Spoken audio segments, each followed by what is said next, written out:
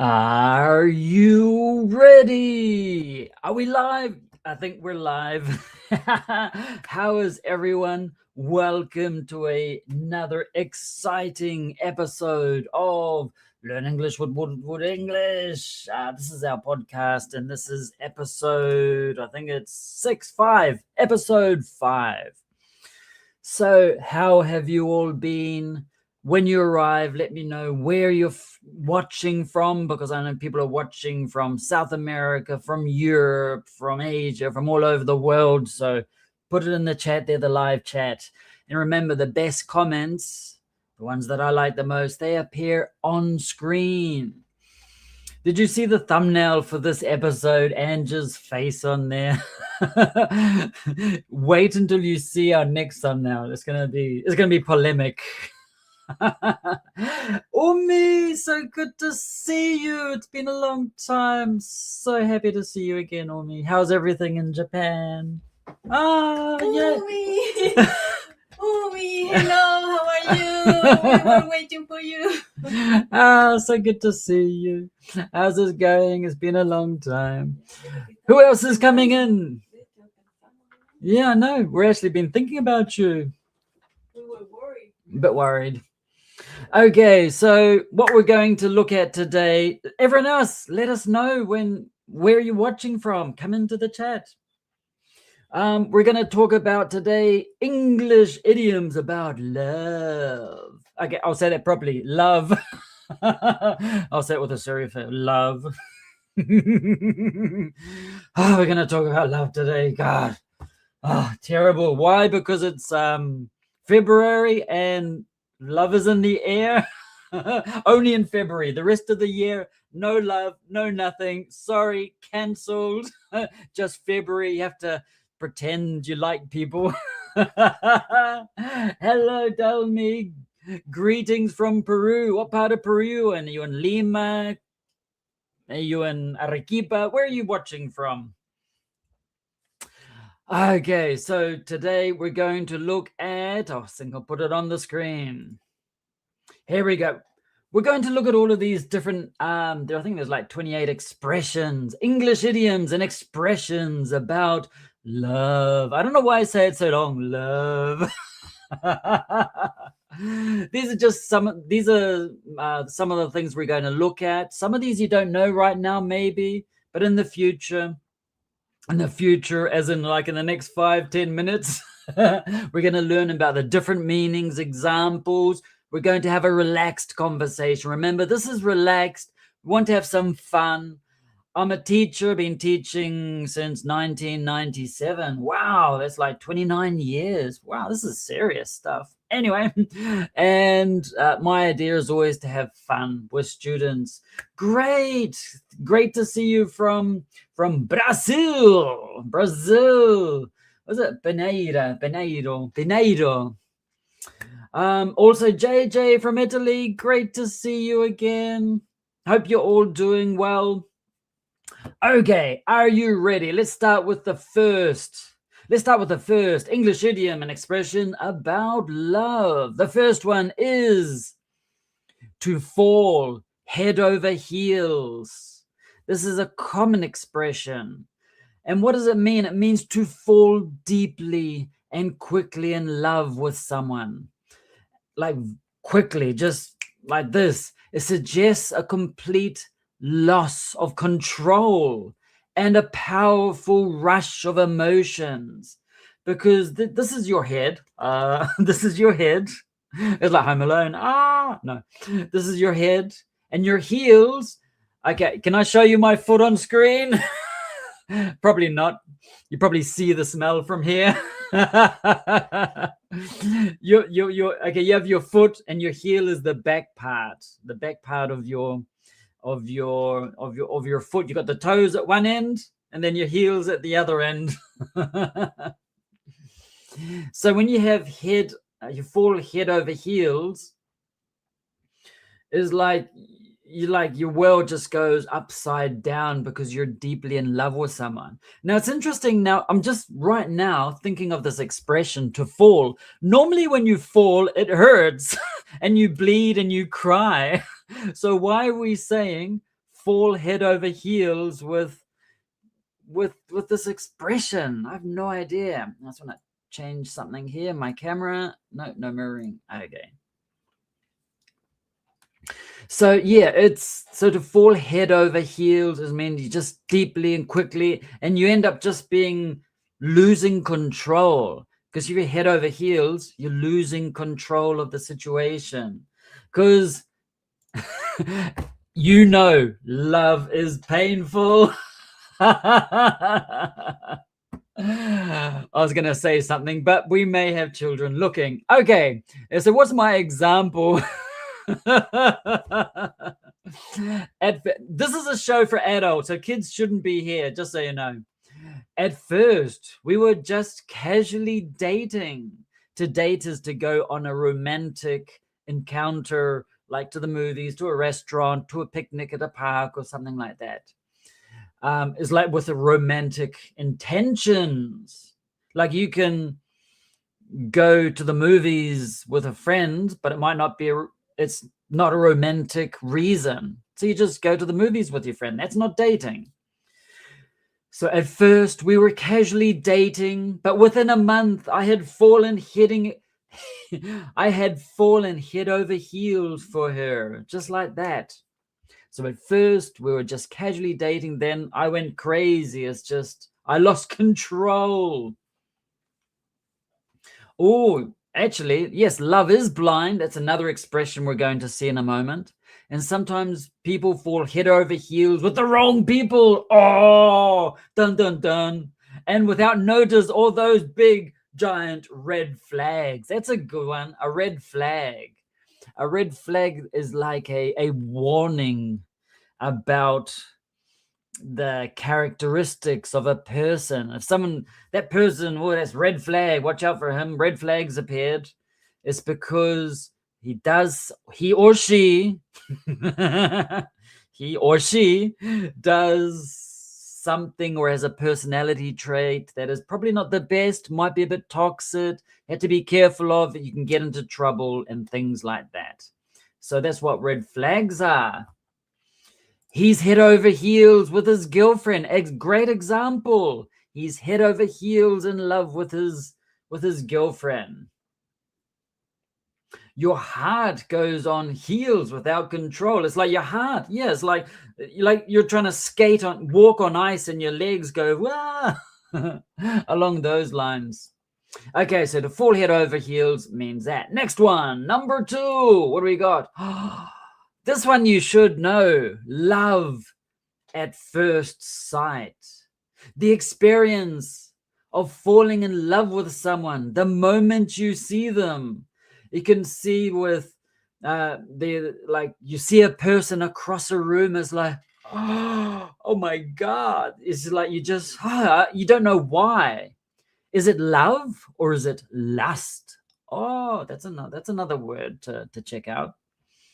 Hey, Hannah, great to see you from Bratislava. Oh, yes, so many familiar faces today. This is so good. It's February, so I was like, thank you for sharing all of this love and coming into our live stream madness.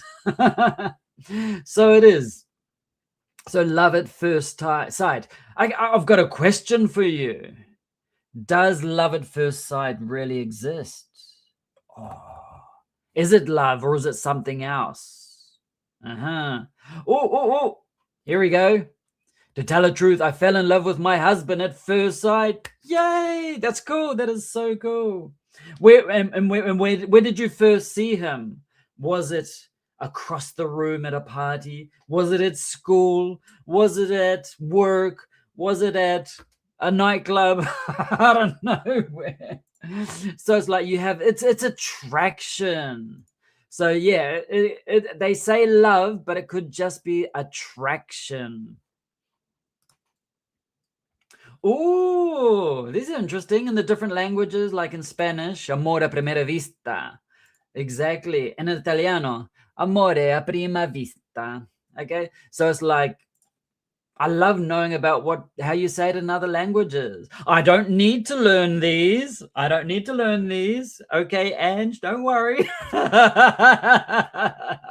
Unless I want to explain what happened to Ange and I need to know in other languages. I need to know these things. So love at first sight. It's interesting. It is an attraction. It can't be love. It's an attraction. Oh! I fell in love. I fell in love with sopaipillas at first sight. If you don't know, sopaipilla is a typical thing in Chile. It's made from pumpkins, like squashed pumpkin thingy. It's fried. You get them in the street. They're like really awesome. I know all about sopaipillas because you put mustard on them. You put ketchup. You can have bevere on top of them, and then so good. If you buy them on the street, probably toxic, but they're the best things ever. Ha!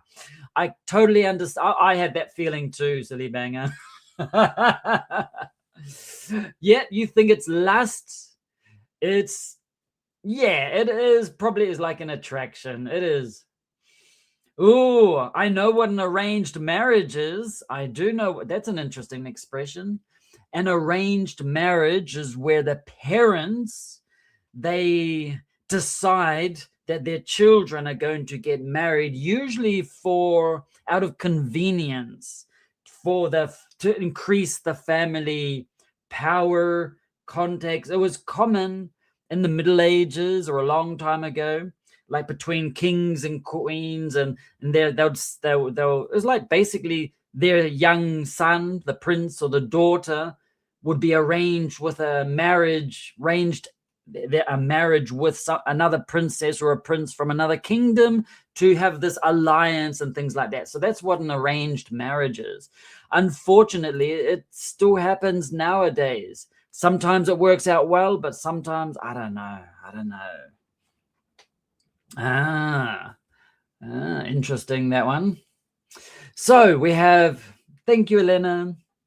Ooh, exactly. But attraction could be a trigger for real love.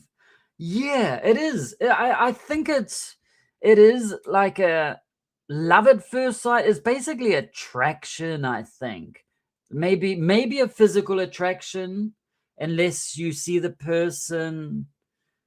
If you're looking, it's physical because you can't see the personality or whether they're a good person or kind, or you could probably see they're funny or something like that.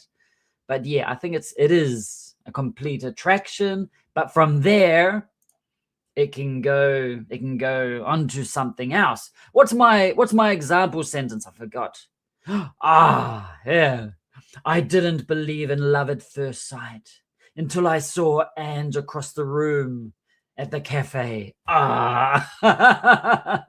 Was it a cafe? Was it someone else? I'm confusing people. Oh, I better put a lock on the door so no one can come in here. Hey, Kalina, so good to see you. How's everything in Brazil? We're getting. That was you at the cafe. Phew! That was lucky. I knew that. Of course, I knew that. So love at first sight. The next one is to be smitten. Pronunciation, smitten. Rhymes with kitten. Kitten is a baby cat. Kitten, smitten. I was smitten with the kitten. What does this mean? To be smitten. To be deeply affected. Okay, a lot of these sound very similar. To be deeply affected with strong feelings of attraction, affection, or infatuation. It's like deeply affected. It's like to have a large amount of it. It implies a significant impact on your thoughts and on your emotions and thoughts. Exactly. Am I pointing to the right direction here on screen, Ange? Remember last time? Didn't happen? Let me know. Okay, so to be deeply affected with strong feelings and attractions, affection, infatuation implies a significant impact. This is like to be smitten. It's not just in love. It's like love at first. It's like completely and totally in love without reason sometimes. For example, ever since their first coffee date, Mark has been completely smitten with Sarah. That was quick. Oh, thanks, Ange, for letting me know. So ever since their first quote, has been completely smitten. It's like these strong feelings of attraction, and Mark has a strong impact on his emotions, and he thoughts and probably constantly thinks about, who is it? Sarah. That is to be smitten, to completely be thinking about it. Okay, next one. Number 4. Ooh, to be swept off your feet. To sweep is a verb, SWEEP. It's like you have a broom and you clean the floor with this, with the sweeping. It's like you're sweeping. It's like you're cleaning all the dust and dirt or whatever from the floor with a broom. And what does that mean? To be swept off your feet is like something comes along and cleans out your feet, gets you off your feet. And it's just like to be completely charmed and captivated by someone. It's like, whoa, my world turned upside down in a way. To be to feel overwhelmed with love for someone. And it's often suddenly, it's often very quick. Because like after 20 years, like I'm swept off my feet now. It's like back in the past when we originally met, I was swept off my feet. It's like, I just lost control. That's a good way. I lost control. And my example is, he didn't expect to be swept off his feet by a total stranger. Oh, during his trip to Italy. Oh. Does it happen often in Italy? People get swept off their feet? Let us know. He didn't expect to be swept off his feet. It's like absolutely captivated by someone. Now, a lot of these sound very similar, but you'll hear them and you'll know. To be swept off your feet, captivated, overwhelmed, suddenly, quickly. So he didn't expect to be swept off his feet by a total stranger during his trip to New Zealand or Italy in this case. Maybe it's due to the Italian beaches. Could be. Okay, and the next one is here we go. Number 5. This is I love this one. Have a crush on. Now, normally to crush, it's like to squash something, like you crush some nuts. When you put it into your baking, you crush, I don't know, you crush ice. It's like you have a big cube of ice and you crush it into little pieces. That is to crush, literally. But here, to have a crush on someone, you have a crush on someone, it is to experience romantic feelings with someone. But this is the important part, usually without expressing them. You probably don't say it to the person, and it's often temporary too. And crushes can occur at any age, but it is more commonly used for younger people. For example, I'll give you an example. It'll help. I used to have a huge crush on that singer X, when I was in high school. Okay. And it's usually with like famous singers or actors or famous people on TV or movies and things, or singers or musicians. So, okay. Confession time. Who did you have a crush on when you were younger? Was there an actor or an actress? Well, they all called actors now.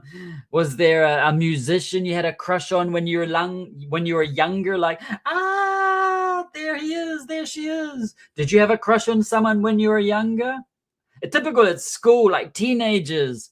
Teenagers often have a crush on, I don't know, everyone had a crush on Justin Bieber or I don't know, Selena Gomez or whatever. They have these crushes like, and it's nothing's gonna happen. Most likely. Nothing's going to happen. And they will never know, and it's temporary because they're going to someone else.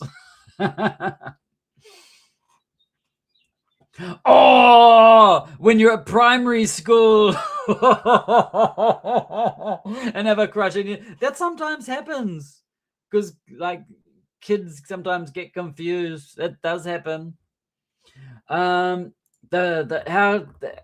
related, can you pronounce? Okay, first one with a U. Crush with an A. Crash.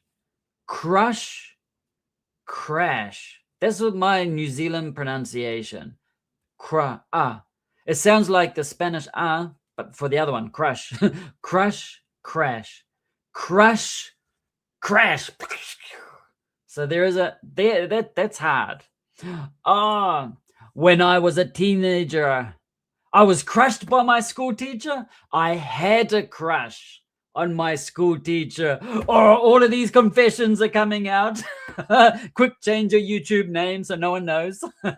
And not only that, it's on screen now. Be careful. If you don't want it to appear on screen, don't say it. Just saying. Especially if it's good gossip. Ooh. Okay. So that is, okay. Did I have a crush on anyone? With scientists and academics. I can't. Ange, you probably got multiple crushes. Was it Terry or Anthony or what was it? From Candy. And there are cartoon characters. I don't know. Or singers. Or like every now and then you'll show me a link about like, oh, look at this random person, famous person on YouTube. Look what's happened to him. He had an accident. But it's fine to have crushes on people. Just don't do anything about it. Don't stalk the famous actor or the famous musician or anything like that. That's when it gets creepy, not very nice. So it's okay to have crushes, just don't do anything about it. Don't stalk the person. Do you know what stalk is? It's a great verb. To stalk is like you investigate the person. You go to the person's house. You follow the person to obtain more information. It's a toxic thing normally to stalk someone. It's like to follow because you want something. You want more information from them. You probably want to be with them or something. And usually in movies, someone dies. Stalkers, they either get killed or they kill the person. Terrible. Anyway. So that's to have no one else's. Everyone's scared to say who their crush is now. No, because Rob's going to put it on the screen. Okay, next one. What is it? Number 6. Oh, to have butterflies in your stomach. Because you go to the park, you grab a bunch, and it goes into your stomach. No, nothing like that. It's like you imagine butterflies in your stomach. It's like when you feel nervous excitement. And it's like you feel nervous when you're around someone that you like. There's the person there, and it's like, oh my God, it's like, it feels like 1,000 butterflies are flying inside of you, tickling here in your stomach. And it's like, the sensation that you have. That is what it means to have butterflies in your stomach. For example, some people, they still have butterflies in their stomach, even though they've been with their wife for 20-something years. When I find them, I'll let you know. Your stomach is in love. That means you're hungry. I think my stomach is in love. Not me, not my heart. It's my stomach is hungry for food. I have butterflies in my stomach. Okay, what's my example? I still have butterflies in my stomach every time I see her name pop up, appear. Pop up is a phrasal verb that means to appear. Every time I see her name pop up or appear on my phone, it says a hand, just like, butterflies in my stomach. How many points do I have now, Ange? Am I getting lots of points? Ah, these are very serious English lessons, just so you know. Okay, next one is number 7. To love you to the moon and back. That's an interesting expression. That means to love someone very much. It means you love someone a lot because you're comparing your love to the distance between here and the moon. And what is the distance between here and the moon? It's a large distance. It's a huge distance. It's a big amount. And that big amount is the amount of love that I have for you. So when you say, I love you to the moon and back, it means you love them a lot. A big amount, exactly. So that's what it means. To love you to the moon and back. But once we're back from the moon, no more. Sorry. Yep, it's only from here to the moon and back. So like if you're an astronaut for like about 3 weeks, after that, no more love. Sorry. No, but in general, it means a large amount, a big amount. Here's a good question. Can you have butterflies before a job interview? You can have butterflies before a job interview, not because you're in love with the job or the interviewer, but it's another situation. It just means you feel nervous. But a lot of times the butterflies in your stomach is because of love for someone, but in general, just nervousness in general. I know someone called Rob who loves Ange to the moon and back. Exactly. Great example. Okay, what is my one? Here's one, not between a couple. It can also be used with younger children, with your younger children. For example, as she tucked her daughter into bed. Now, to tuck into bed is when, like, it's normally a child is in bed and you get the blankets and the sheets and you put them under the mattress so it feels nice and tight and comfortable and snug and safe and secure for the child. So that is to tuck someone in, to tuck her into bed, to tuck her daughter into bed, to tuck someone into bed. Usually someone younger than you, and you put them in bed so they're going to be comfortable, because sometimes they can't do it themselves because they're too small to be able to get ready for bed. So as she tucked her, we've understood she tucked her daughter into bed. As she tucked her daughter into bed, she whispered, "Watch out for the monsters under your bed." No, she didn't say that. She said, "Good night. I love you to the moon and back." But I return in 3 weeks, and after that, I won't love you. I always get into trouble. Okay, so you know what the meaning of this is. Good. Let's do it. Next one, number 8. Here we go. I love food to the moon and back. Normally it's a person, but I totally understand you. Can't get enough of someone. I can't get enough. There's sufficient amount of someone. To love spending time with someone and not wanting to be apart. You want to spend even more time with that person. That actually sounds a bit toxic, but anyway. Can't get enough of someone. I can't get enough of her. She's so special. I love being with that person. We've been talking for hours every night this week. I just can't get enough of him. Okay. I was like, I wish we could talk even more. I just can't get enough of the person. So yeah, can't get enough of someone's like you love to spend more time with that person. And it's interesting, like, especially when, I think this is one of the things, talking about just on the side here, talking about relationships is like, for example, Ange and I, we would talk for hours and hours on the phone, like when we were younger. And it's interesting, even now, after being married for 20 something years later, instead of doing it on the phone, we'll just talk and talk and talk and talk and talk about stupid things, analyzing the world, philosophizing, laughing. And it's just something, having this type of communication, I think, is very important in relationships. Okay, next one, number 9. To be madly in love. To be crazily in love. To be madly in love means to be passionately and intensely in love with someone.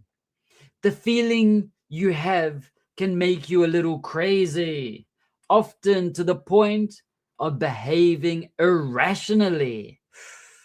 To be madly in love. Yeah, sometimes people can be irrational when they're in love, and especially when they're younger and they do stupid stuff. For example, they've only known each other for 3 weeks, but they are already madly in love. Madly in love, totally. So that's interesting. They've only known each other for 3 weeks, but they're already madly in love, or is it attraction or infatuation? Is it possible to be in love in such a short time? 3 weeks. Something to think about. It could be like sometimes that 3 weeks are so intense because of a certain situation and you fall in love or whatever, but could be because of a traumatic event and you just connect and thank you for helping me survive the Titanic or whatever. Oh no, but yeah, to be madly in love, passionately in love with someone. Next one, number 10. Love me, warts and all. Okay, warts are like growths, a type of growth on the skin, typically associated like with witches. A witch, like, and they eat children and things like that. And they have a hat, typical Halloween, a witch. And often on her nose, the ugly witches, because there are beautiful witches too, but the typical traditional ugly witch, she has this big nose and has a wart on the end of her nose. It's like this growth, sometimes with hairs. Anyway, love me, warts and all. So what does that mean? To love someone completely, including with all their flaws. Flaws are like their bad mistakes or their bad things that don't make them perfect. And and imperfection. So you love them completely with all their little mistakes and imperfections. You accept the person exactly how they are. For example, me, I am not perfect. I'm 99.9% perfect. But Anne still accepts that 0.001% that's not perfect. She loves me, warts and all. Yeah. That's what I mean. Okay, let's look at the example. It's a relief to be in a relationship where I can just be myself, my crazy self, and know that she loves me, warts and all. Exactly. With all of my failings and terrible things. Okay, this is the best one and real true love, in my opinion, because despite all our flaws and imperfection, you still keep loving them. Exactly. But at the same time, you have to be careful because sometimes it gets to like, if the person has a wart or a bad thing, which is like where they're violent or manipulative, and then it's like, no, that's like toxic and you have to get out of that thing. But in general, just accepting these crazy their crazy characteristics, that's perfect, that's fine. Except love is it the same as similar to Love is Blind? That's a little different. I think I'm going to explain that soon if I have already, I'll go back to it. But yeah, we'll talk about Love is Blind in a moment. Okay, next one is 11. Like 2 peas in a pod. A pea is a little green ball vegetable, and they come inside it's called a pod. So you have a pod, you open the pod. Oh, fresh peas, so good. Especially take them from the garden. Got these little peas all lined up in a pod.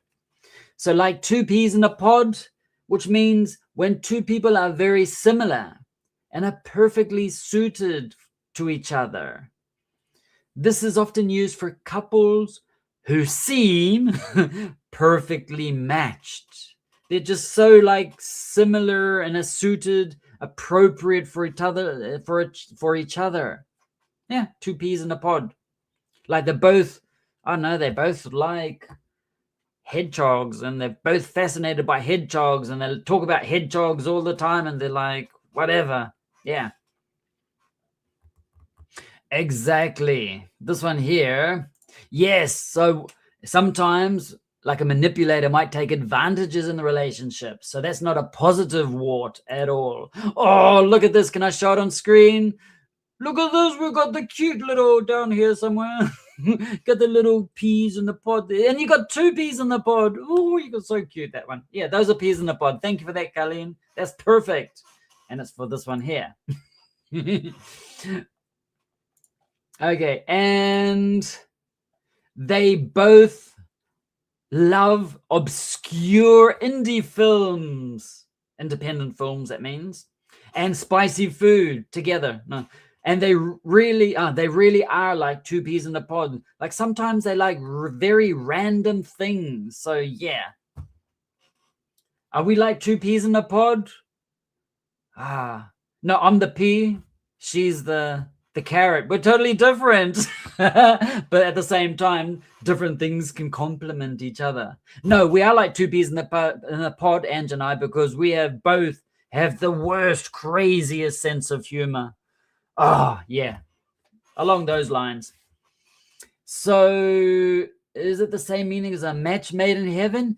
Yes, you could say that. It is pretty much. This is another. There are many idioms and expressions that essentially mean the same thing. I think we talk about this, a match made in heaven. Yeah, but it basically means exactly the same thing. JJ, having problems. We got technical issues there in Italy. So what else we got? Number 12, made for each other.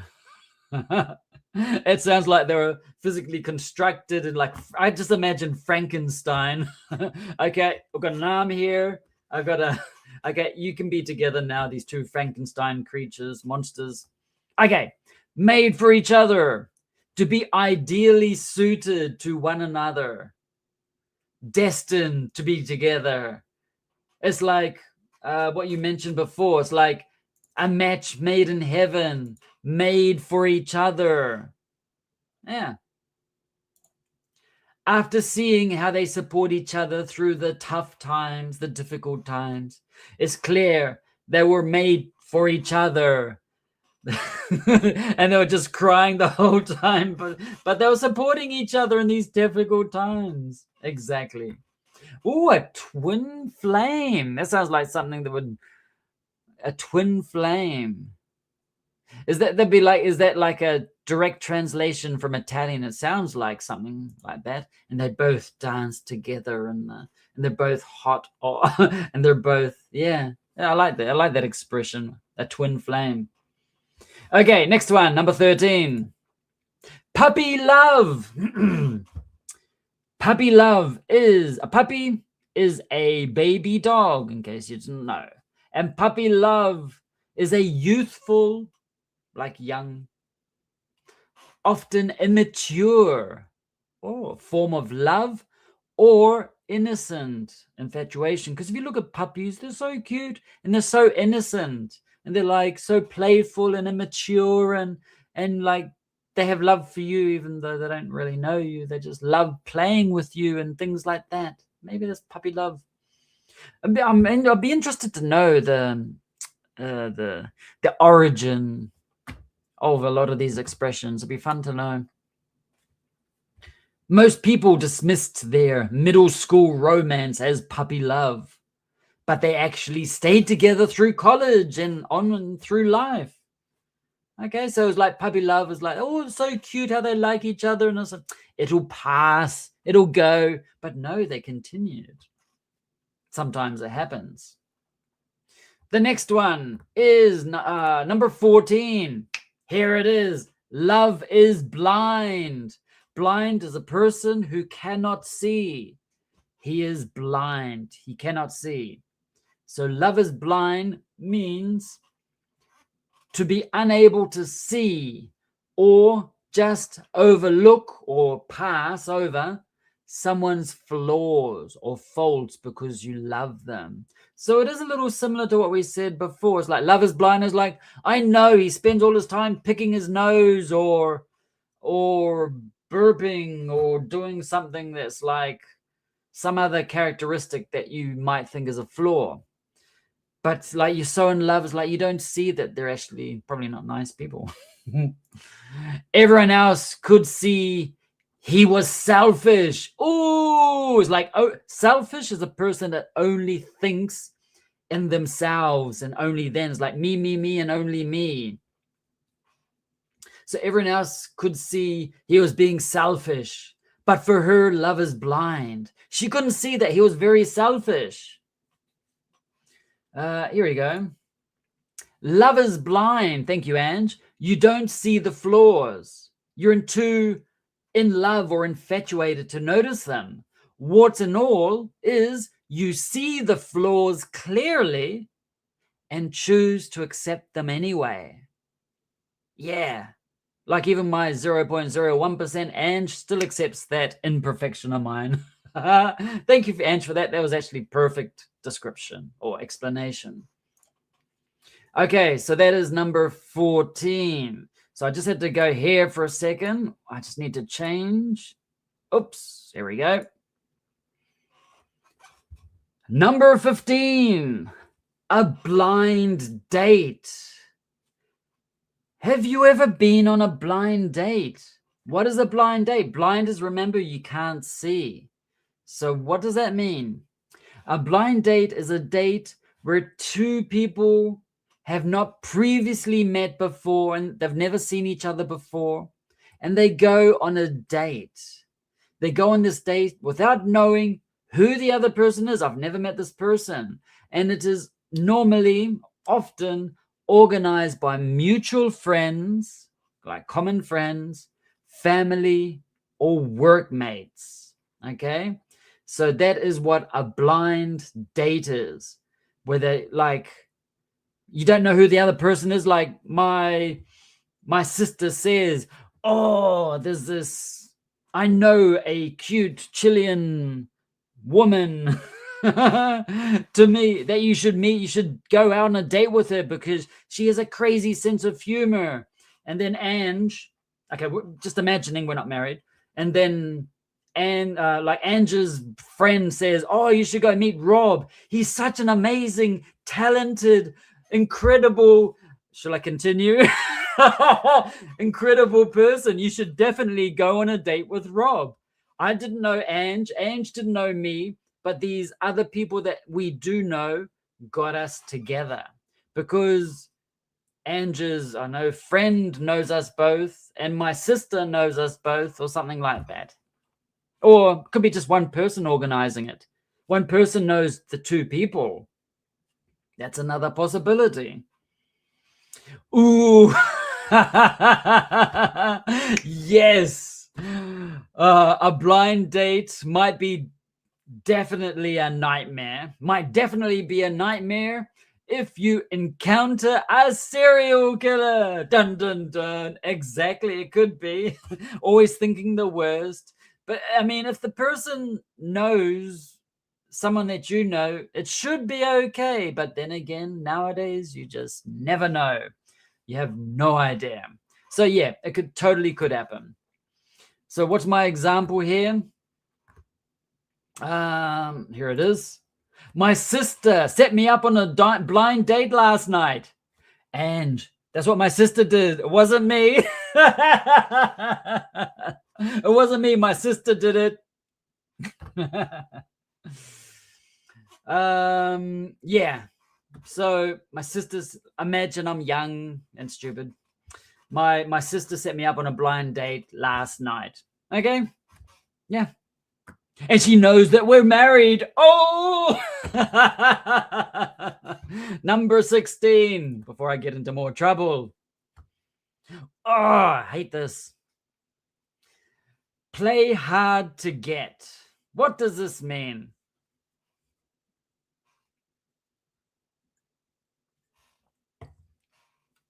To play hard to get means to intentionally act less interested in someone.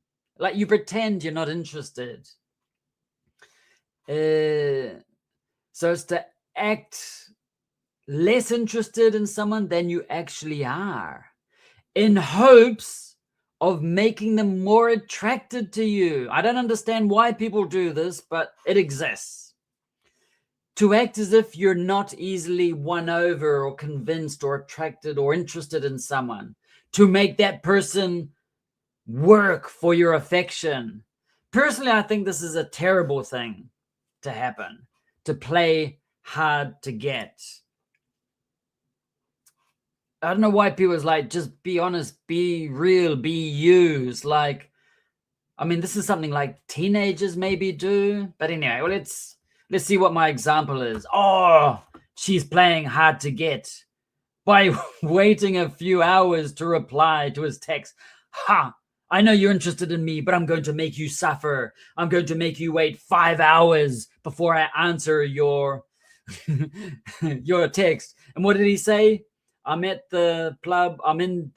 My car broke down on the side of the road, and there are wild animals around my car. Please send the police. I'm gonna make him wait 5 hours. Okay, I'm teaching this not because I don't want you to do this, but sometimes you'll hear this English idiom. Okay. The next one, if you're going to play hard to get, I'm going to reply to, if you're going to play hard to get, there's still the PlayStation. Yep, totally true. Or the Xbox, whatever. Okay, next one is number 17. To grow, I said that incorrectly. To grow old together. This an expression means to spend the rest of your life with someone, aging together in a relationship. So you see the person, their physical form changes and hair starts growing out of nostrils and ears and things like that. But you grow old together. It's like this romantic idea of just you start young and you just continue a relationship for a long time. Okay? You want to grow old. I want to grow old together with you. Is that what's my example? They bought a small cottage. A cottage is like a little house. They bought a small cottage by the sea with the intention of growing old together. Because when they're older, they're going to live next to the sea, the ocean, and they're going to be old and far from civilization. So if they get sick, they can't get a hospital quickly and they'll probably die. Anyway, we'll go back to here. Great advice, Umi. Don't play hard to get. If you're genuinely interested, don't do that stupid stuff.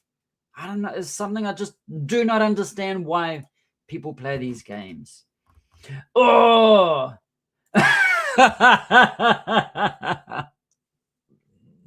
I love your example. I love everyone's examples here. The chick, which is a very informal, probably not the best way to call a name of a girl. The chick at the party was playing hard to get. I know she was pretending not to be interested in me, but after seeing my sexy moves, she fell in love with me instantly. Oh, yes. Okay.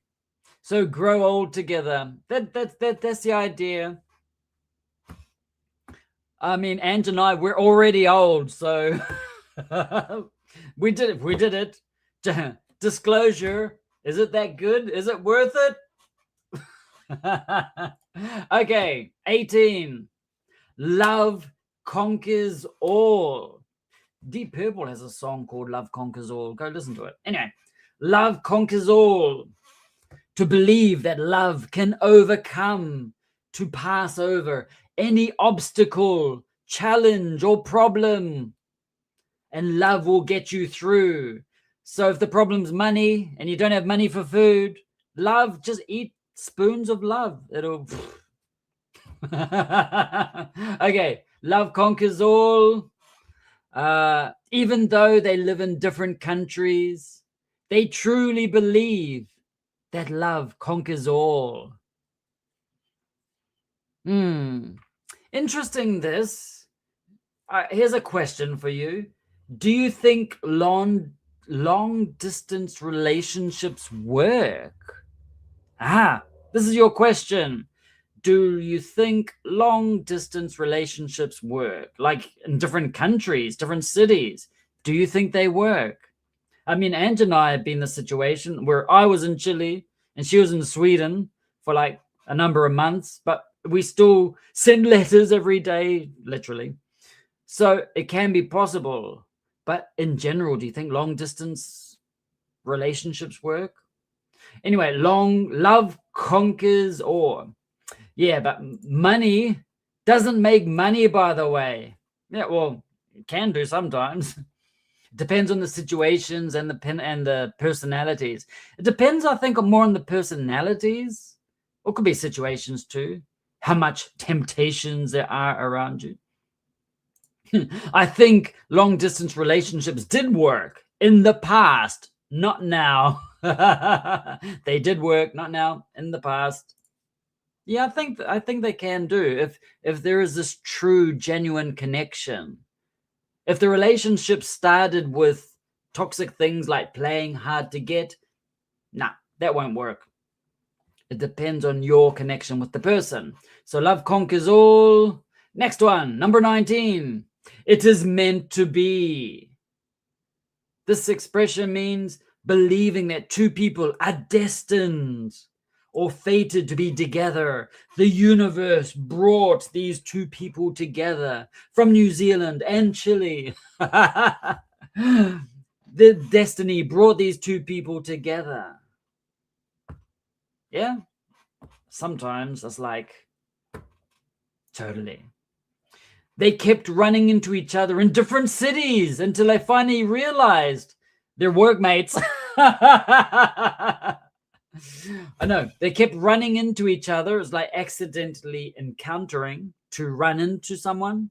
It's another expression, to accidentally encounter each other. They kept running into each other in different cities until they finally realized it was meant to be. They're supposed to be together. They moved to different cities and then it was the same city. And it's like, this is destiny. Yeah. I could go, Andrew join in this too. We could have a great philosophical conversations about, does destiny exist? What is love? We could talk for hours, and we do sometimes talk for hours. That's why we don't produce enough English videos, because we just talk all the time. Angela is like just having these conversations. We'll do it on another channel, another YouTube channel. Okay, number 20. So this one here.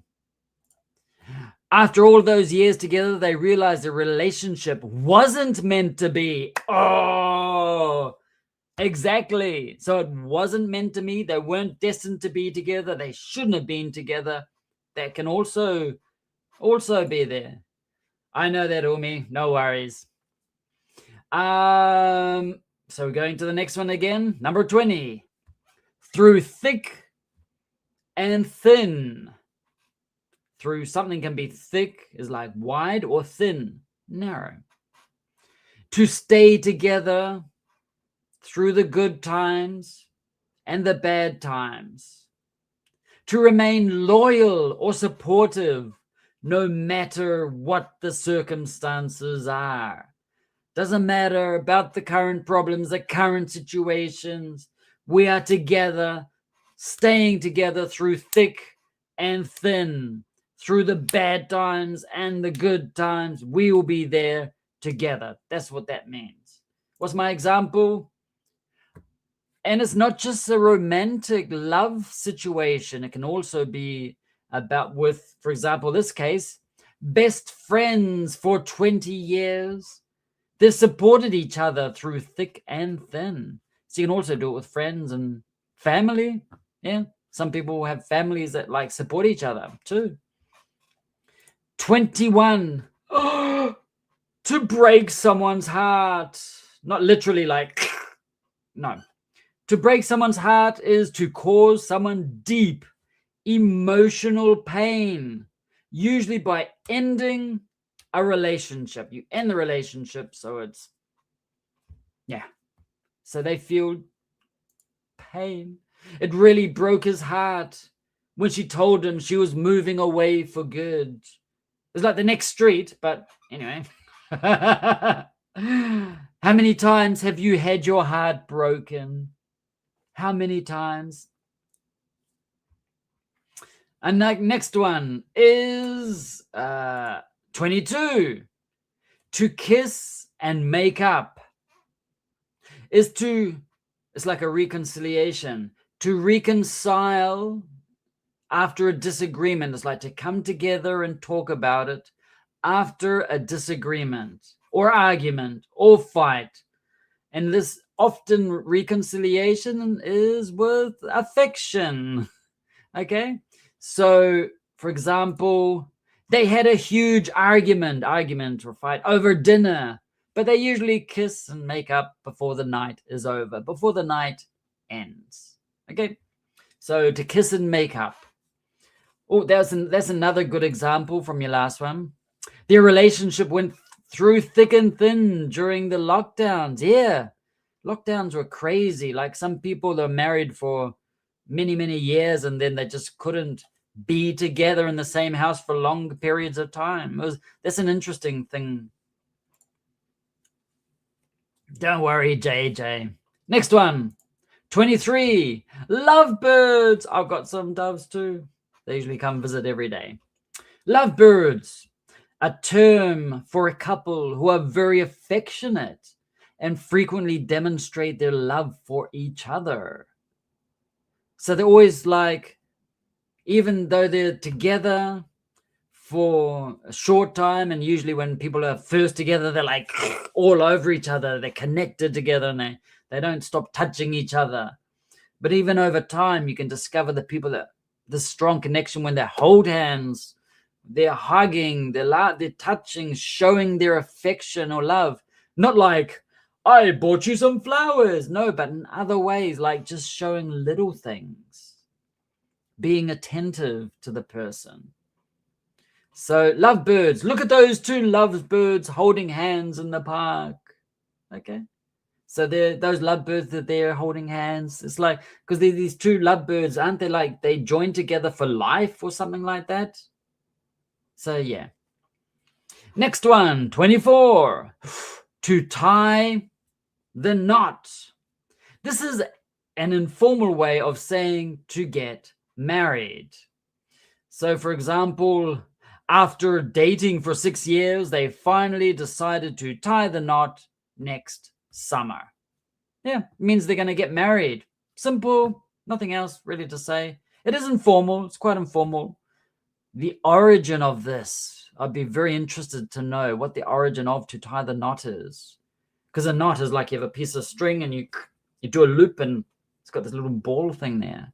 So I'm interested to know what the origin of this is. Next one, 25. Absence makes the heart grow fonder. The thought that the more you are apart from someone and miss someone,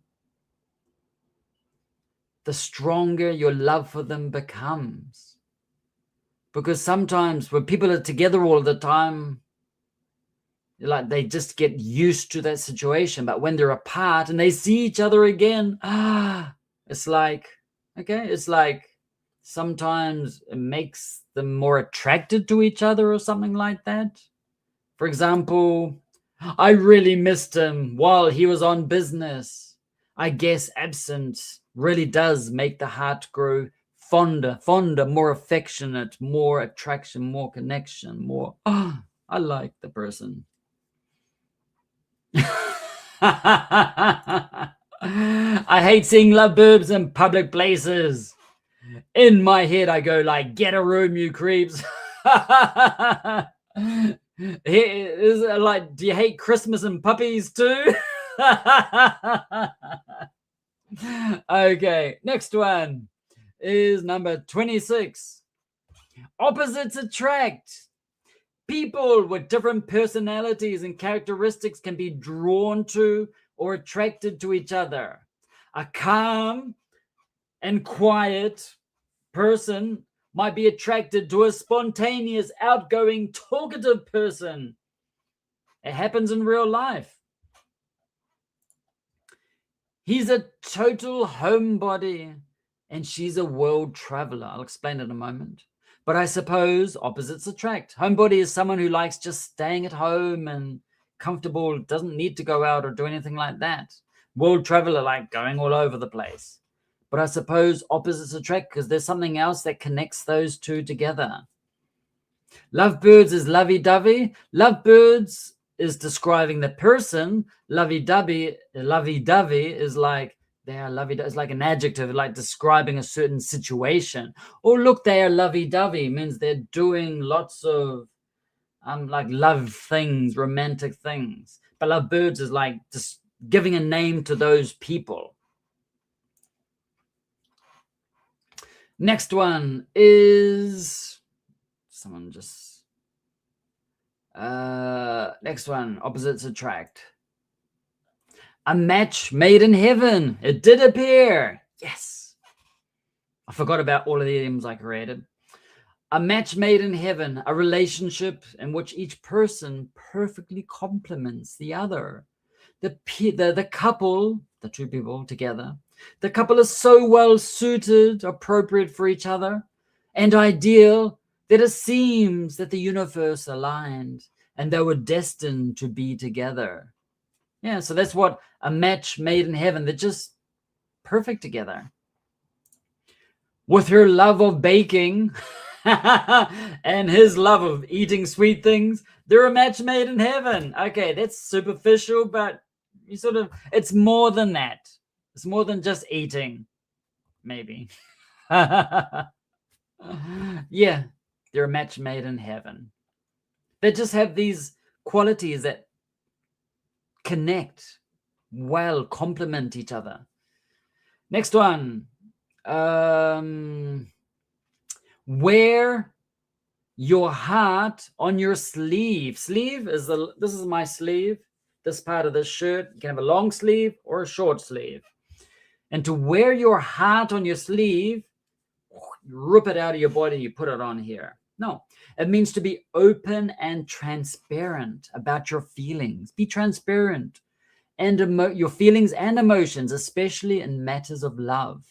So a person, when they wear their heart on their sleeve, it's because they're very transparent about their feelings and emotions.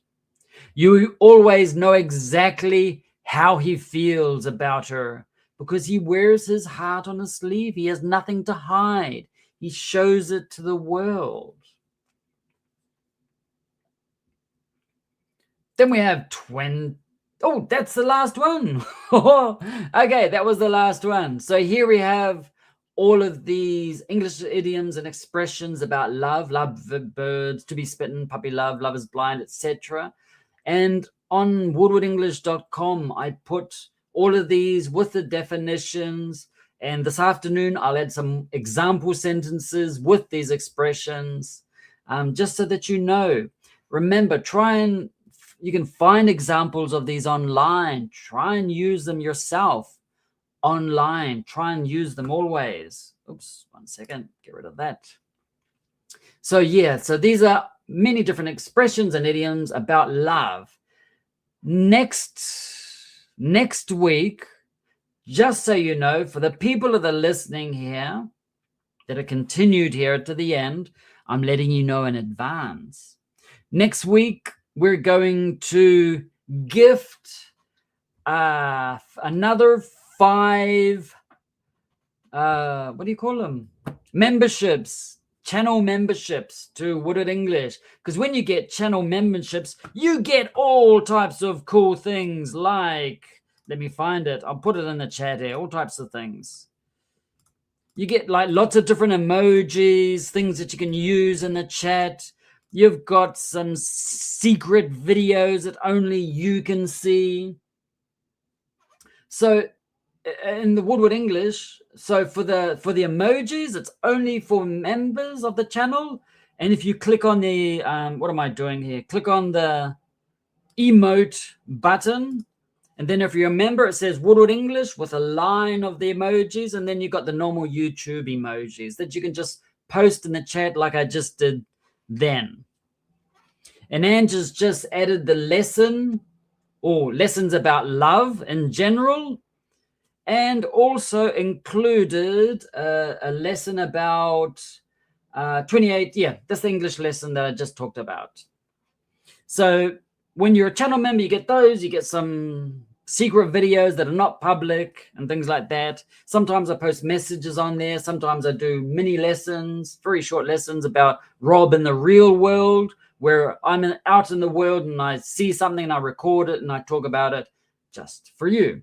So next week, we're going to talk about phrasal verbs. Yes, but phrasal verbs about love. But not just love, but love in relationships.